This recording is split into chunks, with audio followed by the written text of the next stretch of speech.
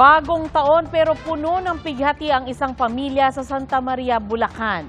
Nananawagan sila ng hustisya kasunod ng pagkamatay ng 11 anyos nilang bunso matapos mabangga ng isang kotse. Saksi si Jamie Santos. Tumatawid ang batang lalaking yan nang masapul siya ng pulang kotse. Sa lakas ng impact, napatayo ang ilang residente. Pero ang driver ng sasakyan, hindi raw huminto at hindi tinulungan ng biktima.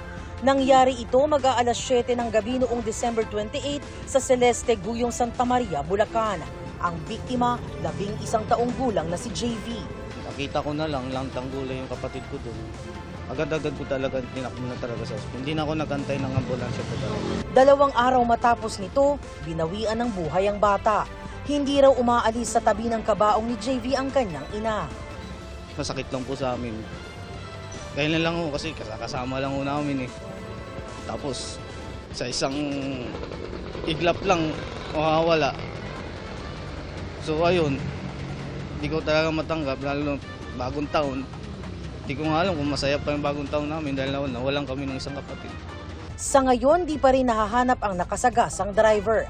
Ayon sa kapatid ng biktima, naiwan sa lugar ang basag na salamin ng kotse kung saan nakadikit ang RFID sticker. Nakakuha rin ang pamilya ng biktima ng CCTV footage ng pag-alis sa lugar ng pulang kotse patungo sa direksyon ng bayan ng Santa Maria.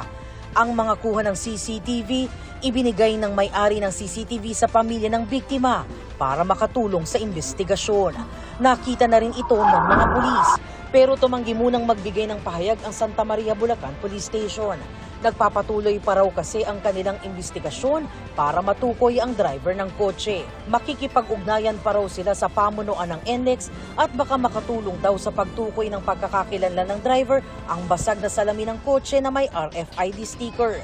Nagbabacktrack din daw sila ng mga CCTV sa lugar. Tanging hiling ng pamilya, makamit ang hustisya para sa kanilang bunso. Dalangin po namin sana yung sino man makabangga dun sa kapatid ko. At maaari sumuko na siya kasi yung naramdaman namin masakit. Yung nakabangga, sana sumuko ka na, makipagtulungan ka sa amin. Kasi mahirap yung nangyari kahit sabihin na aksidente.